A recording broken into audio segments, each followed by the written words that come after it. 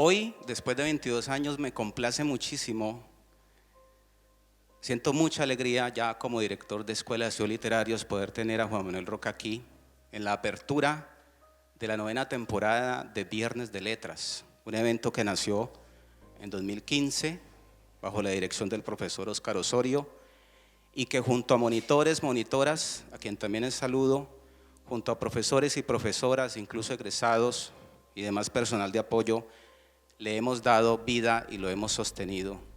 No solamente porque creemos en la vocación de la palabra para mantener memoria, sino justamente porque creemos que esta debe ser una casa que sea habitada no solo por una comunidad académica, sino también por una comunidad artística, que en este caso está representada por los poetas que hoy tenemos aquí sentados, especialmente por el que considero el poeta mayor, Juan Manuel Roca.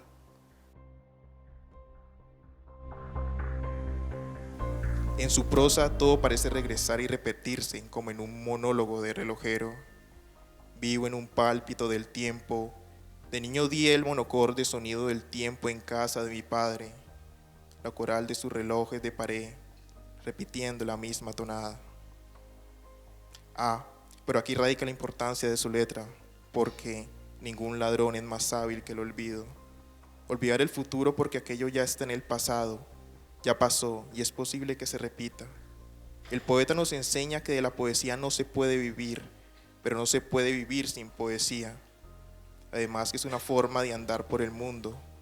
Pocos son los poetas que pueden inocular en el imaginario colectivo un poema que atraviese la historia de un país cruzado de tantas violencias.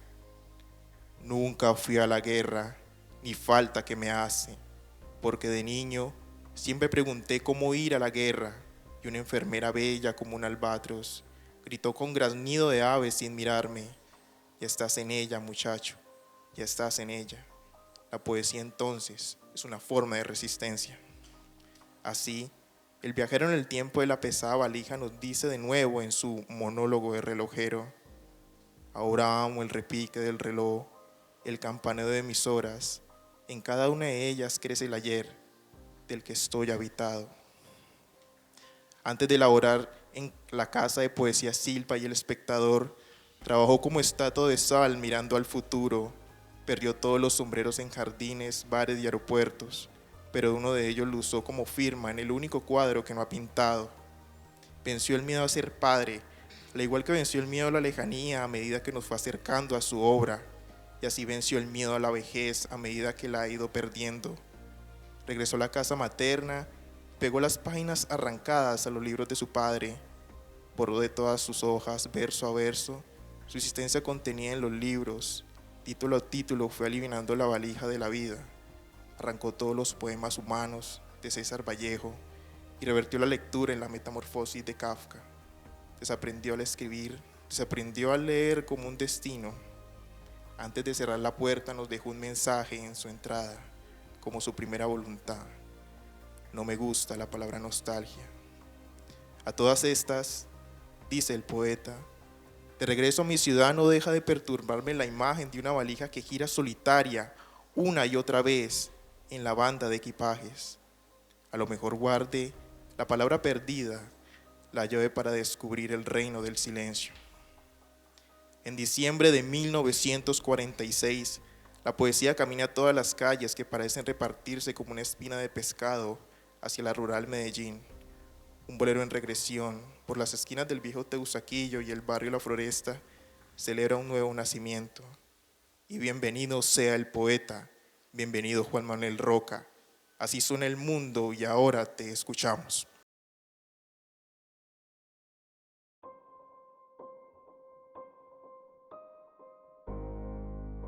Me parece que pocas poéticas en el continente han producido tantos matices, tantos registros desde campos semánticos tan diferentes como lo de la poesía peruana.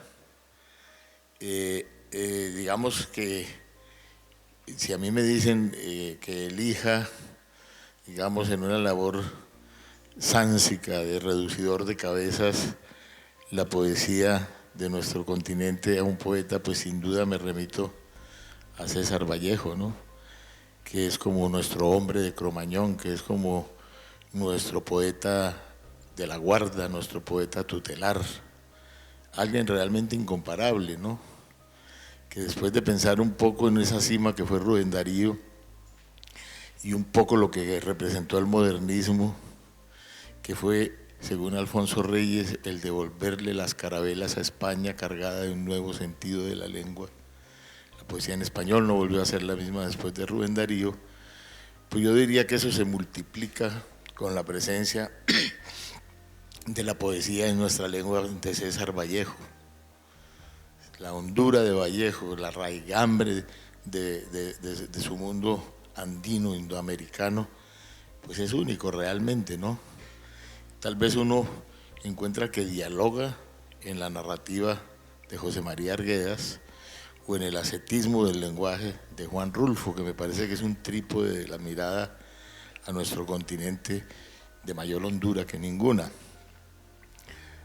Yo he sido un buen lector de la poesía peruana y digo que un país que ha producido a Eyel, Soneguren, Sologuren, Westphalen, César Moro, por supuesto Vallejo, hasta llegar, digamos, a los poetas más connotados de una obra ya cerrada recientemente, aunque sus cronologías sean diferentes de nacimiento y de muerte, pero que comparten, digamos, una visión de la poesía que no se parece a nada, es decir, a nada de lo que se había escrito en América Latina. Con eso me refiero fundamentalmente a Blanca Varela, sobre todo a su libro Canto Villano, académico, y que a veces nosotros hemos hecho sin saber que existe esa palabreja taxonómica que lo define, que es la écfrasis, es decir, el intentar pintar con palabras. Ella es una pintora del habla, así como hay poetas del color, hay pintores del habla. Es de una hondura única y yo diría que, digamos, como heredera de la poesía de Vallejo, dialoga muy bien con dos poéticas que son pues de un orden muy distinto, que son los ya mencionados Antonio Cisneros. Antonio Cisneros es un poeta que inicialmente se pensaba que era solamente un poeta coloquialista, narrador, cuentacosas, y con eso no digo que fuera menospreciado, sino que solamente estaba visto ese ángulo de su poesía, pero que desde Canto Ceremonial para un oso hormiguero, que fue un premio en Casa de las Américas, cuando Casa de las Américas era el gran premio de la poesía en Hispanoamérica,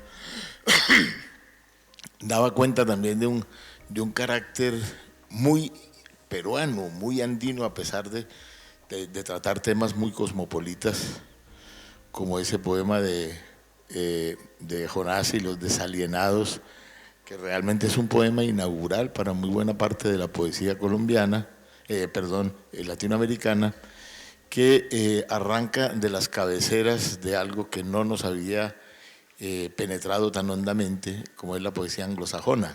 Él fue un gran traductor del inglés, hizo la tal vez mejor antología de poesía inglesa traducida a nuestra lengua, y al unísono con eso, pues la voz más recientemente consolidada, pues después de todos estos hombres de Cromañón que he señalado para la poesía peruana, que es José Watanabe, que Watanabe muere muy temprano, muy joven, pero que tal vez el que muere más joven de esta trilogía, al que sobreviven, por ejemplo, Carlos Germán Belli, que es un poeta barroco de una estirpe hispanista muy lúcida, pero Watanabe adiciona el hecho de su tradición y sus raíces japonesas sin que haga orientalismo, sin que intente, digamos, hacer puramente esa poesía ascética de los haikus y demás, y los rengas de origen oriental. Y es una visión nueva del Perú, digamos, del hombre que es un nacido en el Perú, exiliado por sus padres japoneses en el Perú, pero también, además de exiliado, inciliado en su patria porque era un hombre de un origen humilde frente a una gran aristocracia blanca que decía algo mientras la indiada, los cholos, movían la cabeza como en aceptación. Bueno, digamos que la poesía mexicana, aparte para no irnos pues hasta sus orígenes, pero es inevitable no decir que la poesía náhuatl y la poesía azteca realmente se adelantaron a muchos episodios de la poesía contemporánea. Todo lo que preconizaban los surrealistas de los nexos del sueño y la vigilia está en la poesía náhuatl. Todo el trasmundo está en la poesía náhuatl. La capacidad de pintar con imágenes está en esa poesía, en la Casa del Canto. De manera que las raíces las tienen más profundas y más visibles tal vez en México que en el Perú, ¿no? Que la poesía de origen aborigen o indígena no está tan rastreada como en México, ¿no? Un poeta como Nezahualcóyotl, pues hombre, es un antecedente de toda la gran poesía mexicana, que tiene un grado de continuidad en muchos poetas. Y yo creo que pues una mujer como Sor Juana Inés de la Cruz, que además de ser de ese gran misticismo que nosotros tuvimos acá, un poco el reflejo a través de la Madre Josefa del Castillo, realmente es sorprendente, ¿no? Cómo hace una poesía de orden místico y filosófico, y otra vez en la idea de la poesía como una forma del pensar, ¿no? Como que no hay una escisión entre un carácter ontológico, filosófico y la imagen poética. O sea que tienen unos cimientos muy poderosos como los peruanos, más que el resto de América Latina tal vez. Y hay poetas que nos olvidan de México, que me parece que son los mejores, como por ejemplo Julio Torri. Julio Torri y su libro Los fusilamientos es un libro realmente extraordinario, que viene un poco de las cabeceras de Marcel Esbov y viene de las cabeceras del Gaspar de la Noche de Aloysius Bertrán, que hace esa yunta entre el cantar y el contar, que uno los puede leer como cuentos, de hecho aparece más como cuentista que como poeta, pero realmente es una revelación leer a Julio Torri. Julio Torri yo creo que tiene una poderosísima influencia en narradores poetas como Juan José Arreola y como Juan Rulfo, que me parece que si delimitamos, si no aceptamos, digamos, esa división de géneros, si a mí me dicen cuál es el más grande poeta de México, yo sin duda digo que es Juan Rulfo, ¿no? De hecho, he hecho el ejercicio, que alguna otra persona también lo ha hecho, de hacer poemas de Juan Rulfo, es decir, de poner en forma versicular imágenes de un cuento, de otro, y elaborar poemas en donde no haya una sola imagen que no sea de Rulfo, y realmente es sorprendente cómo todo ese mundo metafórico, analógico que hay en Rulfo es pura poesía, es pura poesía. Yo creo que Rulfo es mucho más notable poeta que otros que figuran como poetas, y eso que no escribió sino un poema, que es el poema cinematográfico. Ahora también, como en Colombia, me parece que aparecen desde los años 60 una gran cantidad de mujeres magníficas como Elsa Cross, como María Baranda, como Kenia Cano, una presencia de la mujer que también en México no existió tanto, tan poderosamente en años anteriores como acá en Colombia, ¿no? Quizá no solamente por el concepto patriarcal, sino por el sojuzgamiento de que la mujer no iba a la universidad, que estaba en la trastienda de todo, de la economía, etcétera. Y quizás estas mujeres que cito y otras más, ¿no? Verónica Volkov, que es una nieta de Trotsky, son mujeres que le han aportado mucho a la poesía reciente mexicana. Yo tenía en mente hacer referencia a la poesía cubana, bueno, porque también tiene una tradición inmensa y una tradición que nos ha permeado por fortuna desde hace mucho tiempo, y sé tu cercanía personal a grandes poetas cubanos como Falla Jamis, por ejemplo, pero quiero traer a cuenta no esa gran poesía de Lezama Lima y de todos los que formaron Orígenes, sino algo más entrañable. Pienso no solamente como poetas, sino como amigos, como gente cercana, que fueron Rafael Alcides y Alberto Rodríguez Tosca. Yo creo que Rafael Alcides, que desafortunadamente es muy poco conocido, no solamente en Latinoamérica, sino en la misma Cuba, porque ha sido objeto de una despiadada, injusta y canalla persecución por un régimen que en eso pues no podemos ocultar sus tremendas bellaquerías, y sobre todo con gente como Alcides, y muerto recientemente, y con Alberto, por la cercanía que tuviste con Alberto desde que llegó a Colombia, que buena parte por tu insistencia que viniera y a sostener a Alberto, que parecía un ser no de este mundo, no se sabe cuál muy bien, pero que era un ser maravilloso. El primer poema que se escribió en Cuba se llamaba Espejo de Paciencia, un libro de unos españoles conquistadores, que en este momento Baltasar, se me escapa cómo era el nombre completo, pero a mí me parece que ese título es como un título para la historia de Cuba y para la historia de la poesía, un espejo de paciencia.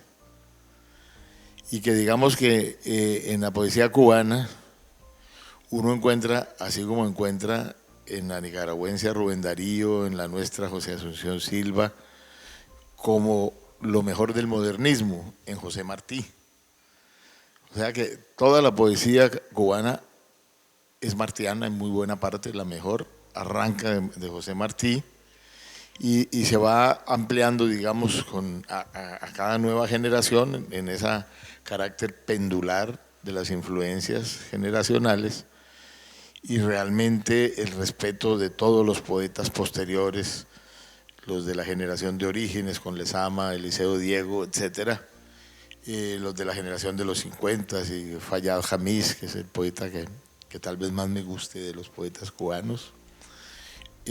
Todos hacen un guiño y hacen que la poesía cubana tenga un carácter muy orgánico y que dialogue en sus diferentes vertientes y en sus diferentes generaciones.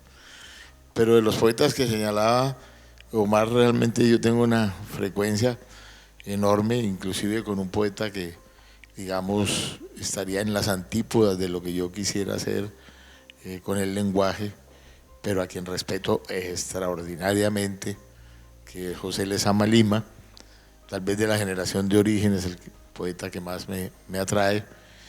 Pero digamos que a partir de los años 50 y después de la primera generación de la Revolución, me parece que surge un grupo de poetas extraordinarios, entre los cuales están Fayad Jamiz, que por un raro azar no nació en Cuba, sino en Zacatecas, en México, pero desde muy niño su padre, árabe como él, de una impronta pues muy fuerte oriental, se va a vivir a México y allá nace este gran poeta, que tiene libros tan bellos como Abrir la verja de hierro, Los puentes.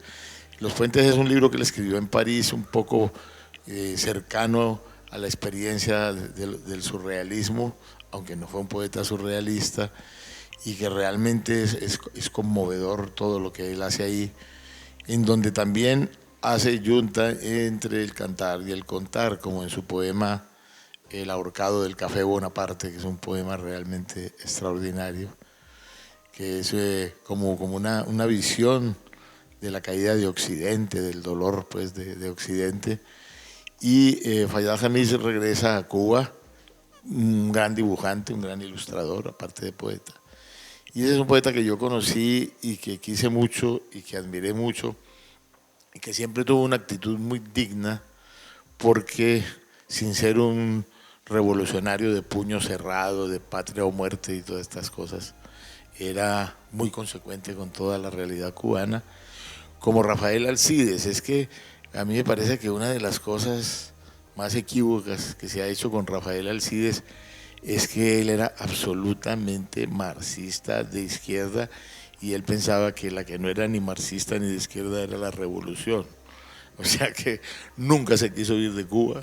Realmente es un autor muy, muy olvidado, que realmente es sorprendente la capacidad lírica, poética y crítica de Rafael Alcides. Tiene un libro extraordinario, irónico, que se llama Agradecido como un perro, que realmente es un libro de crítica poética y política singular, en donde no hay nada que sea, digamos, resentimiento, digamos que esté exorcizando el dolor de haber sido un poeta aislado, pero que curiosamente tiene una gran influencia en los poetas jóvenes.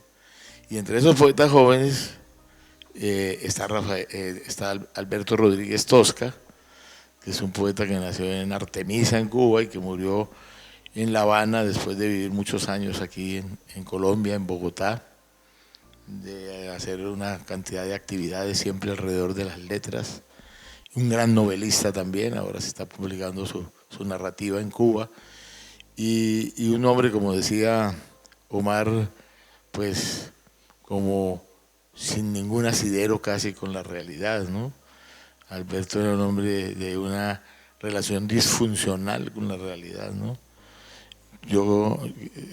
Realmente Alberto no servía para nada, y lo digo yo que sirvo para menos que él. Entonces, una vida muy equívoca y muy, muy consagrada para la poesía, la literatura. Realmente uno de los grandes poetas de la lengua es Alberto Rodríguez Tosca.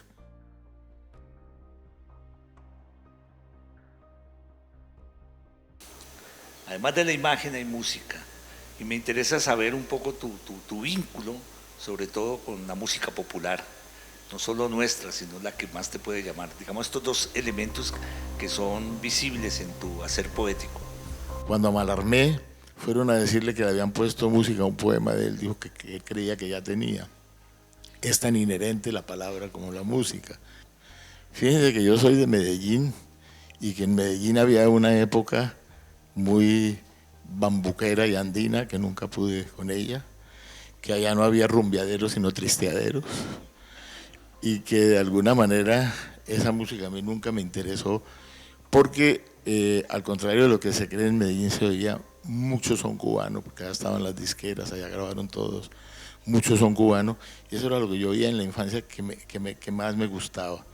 Esa música me ha acompañado a mí mucho, me gusta mucho, más el tango ahora que el bolero, y el tango no me gustó a mí, sino ya es como un género de adultos o de adúlteros, porque de alguna manera me parece que el tango es el más poético, el más filosófico, y además de una musicalidad extraordinaria.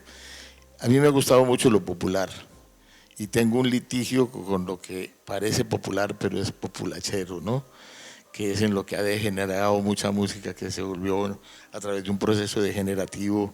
Pero a mí, digamos, inclusive si uno se pone a pensar, de todos los poetas modernistas mexicanos, el mejor es Agustín Lara, más que Amado Nervo y que todos estos poetas. Realmente la poética que hay en el bolero, que la encuentro más en el tango, que es más profundo, más cuestionador, menos idílico, me parece que para mí ha sido como un poco la banda sonora de mi adolescencia, y sobre todo el blues. El blues para mí ha sido también como una gran revelación, ¿no? Sus voces, sus letras, su música, realmente es impresionante, y a mí me parece que de la impronta popular, todo lo que tiene que ver con el mundo afro es lo que más me interesa, ¿no? Me parece que esa gran matriz musical que, por ejemplo, es Cuba, les viene precisamente de esa presencia negra, ¿no?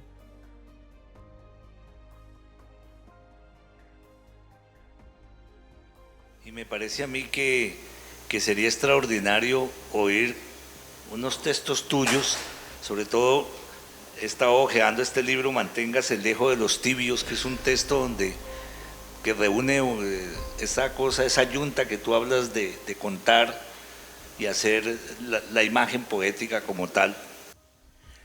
Con el perdón de Kafka. Al despertar, el monstruoso insecto amaneció convertido en Gregorio Samsa. Tendrá que oír el golpeteo de la lluvia en su alféizar de hojalata para saber que las horas de Praga se cuentan en la clepsidra del invierno. Al fondo del hospedaje para familias sin mañana, el pobre insecto de múltiples patas deberá bañarse, peinarse, apuntalar su corbata de vendedor ambulante, oír algo peor que el paso de los trenes, la voz de la obediencia. El pobre insecto membranoso amaneció convertido en hombre y no pudo traducir su oscuro sueño. Al despertar, el monstruoso insecto se encuentra convertido en Franz Kafka.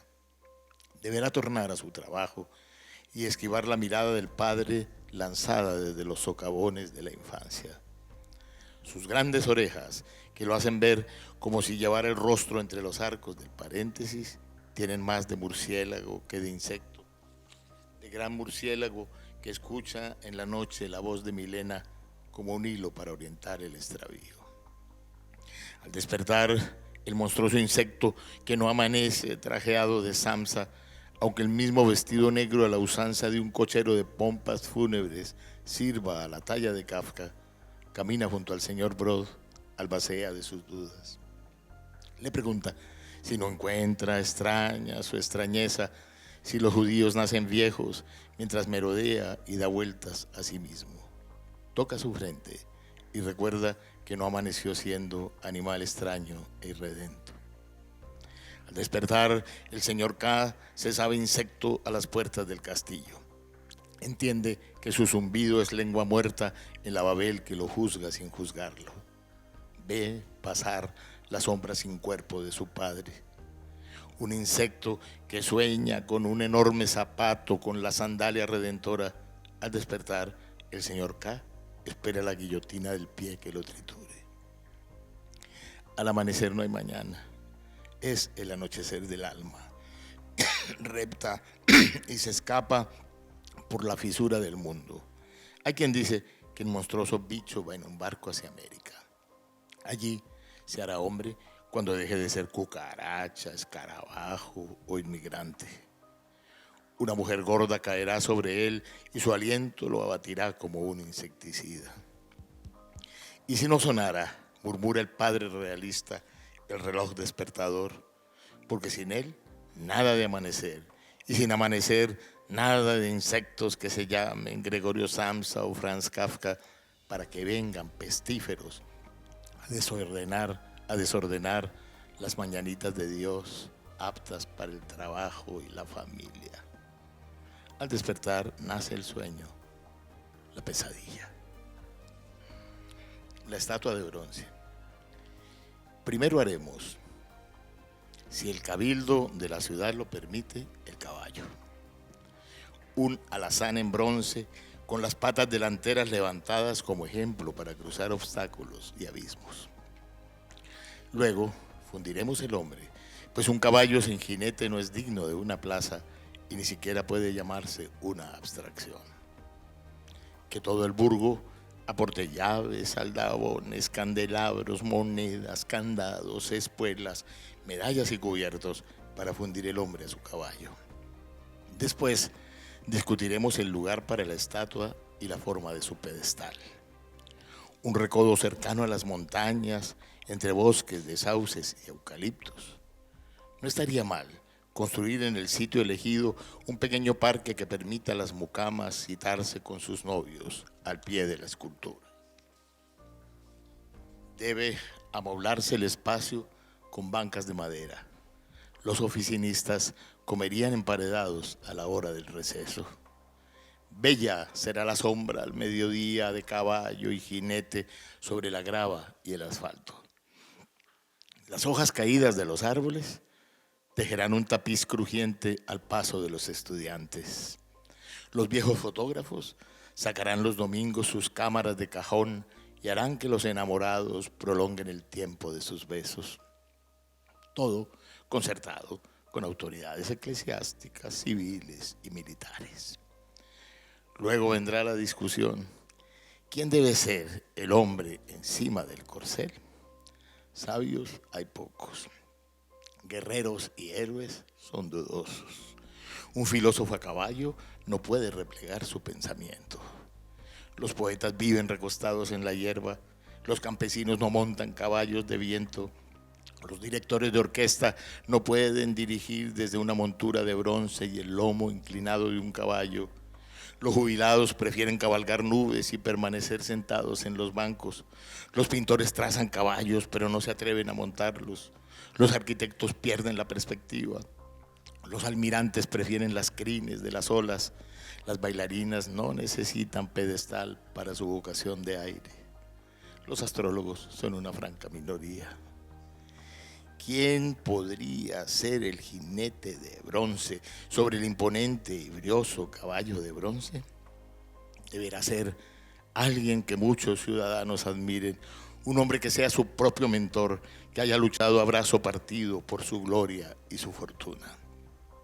Ya está, elijamos una estatua al asesino. Y para finalizar, un poema que se titula Poética. Tras escribir en el papel la palabra coyote, hay que vigilar que ese vocablo carnicero no se apodere de la página, que no logre esconderse detrás de la palabra jacaranda a esperar a que pase la palabra liebre y destrozarla. Para evitarlo, para dar voces de alerta al momento en que el coyote prepara con sigilo su emboscada, algunos viejos maestros que conocen los conjuros del lenguaje aconsejan trazar la palabra cerilla, rastrillarla en la palabra piedra y prender la palabra hoguera para alejarlo. No hay coyote ni chacal, no hay hiena ni jaguar, no hay puma ni lobo que no huyan cuando el fuego conversa con el aire.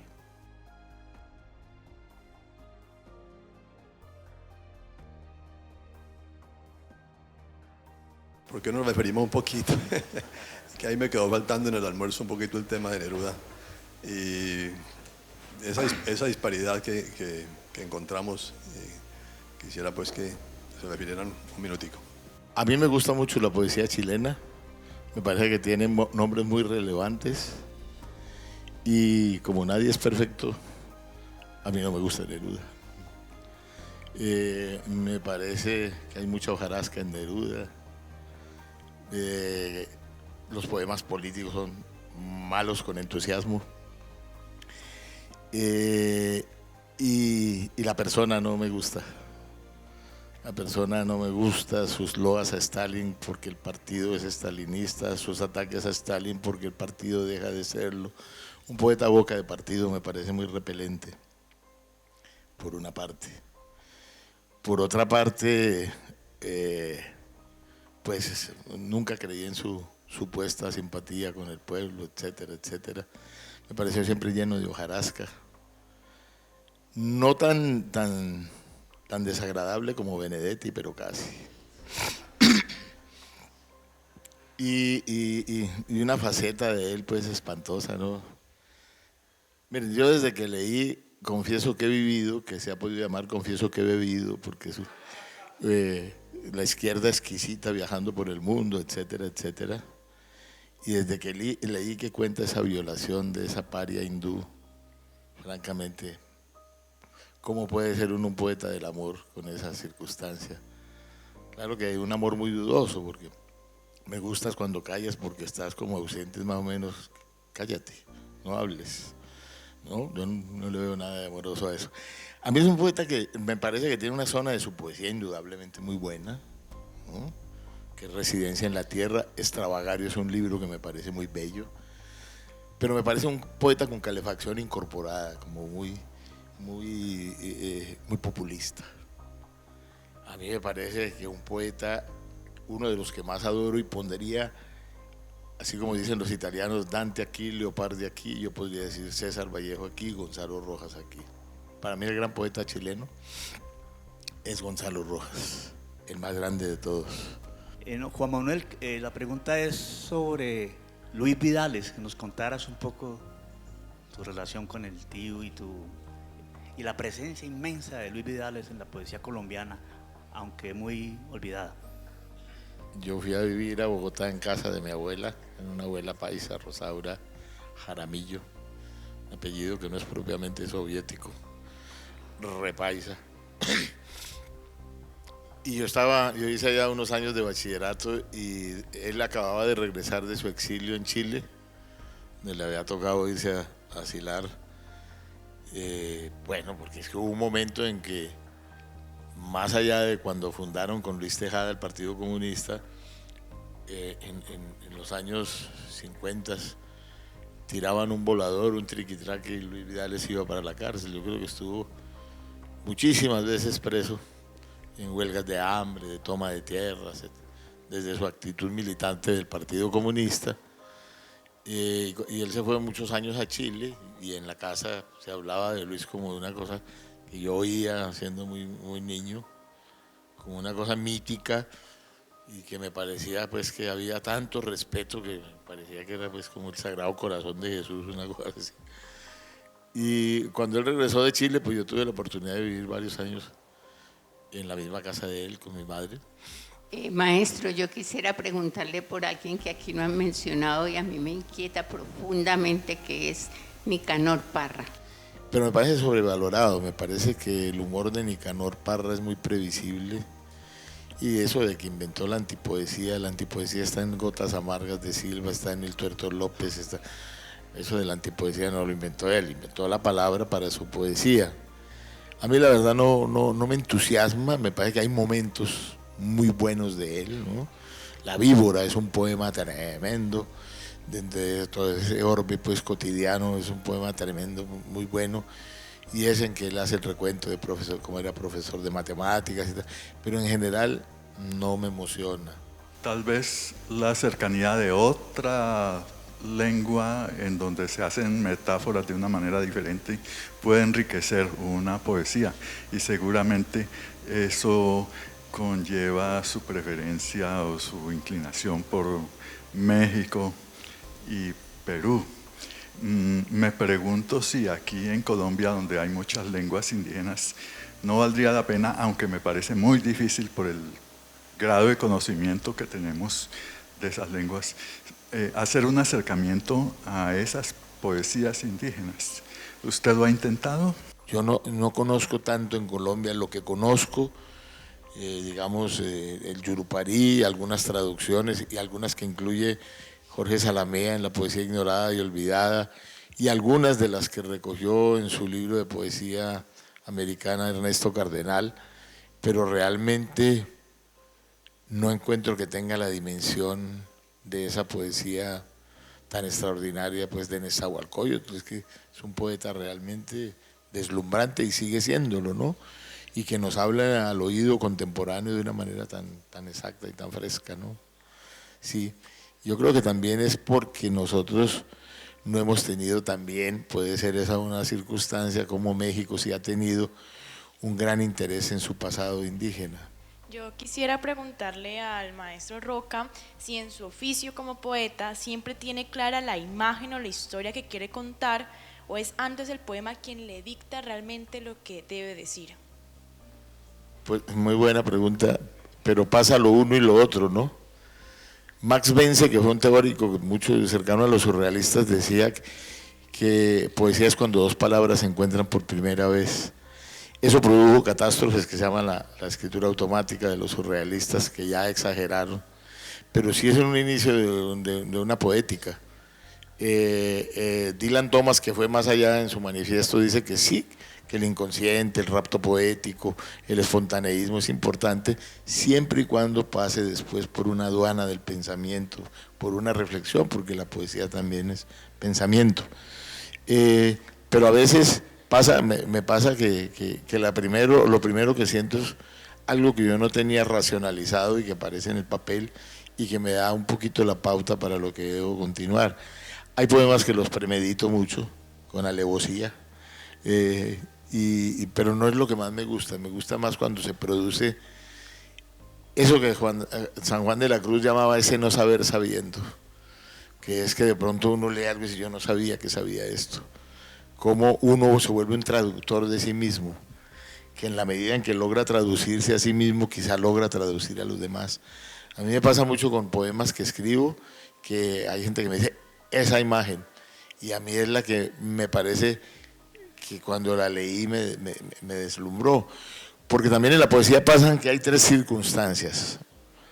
Lo que uno escribe, lo que creyó escribir y lo que verdaderamente dijo. En esas 3 instancias se le escapa a uno la razón, ¿no? Por ejemplo, Gogol.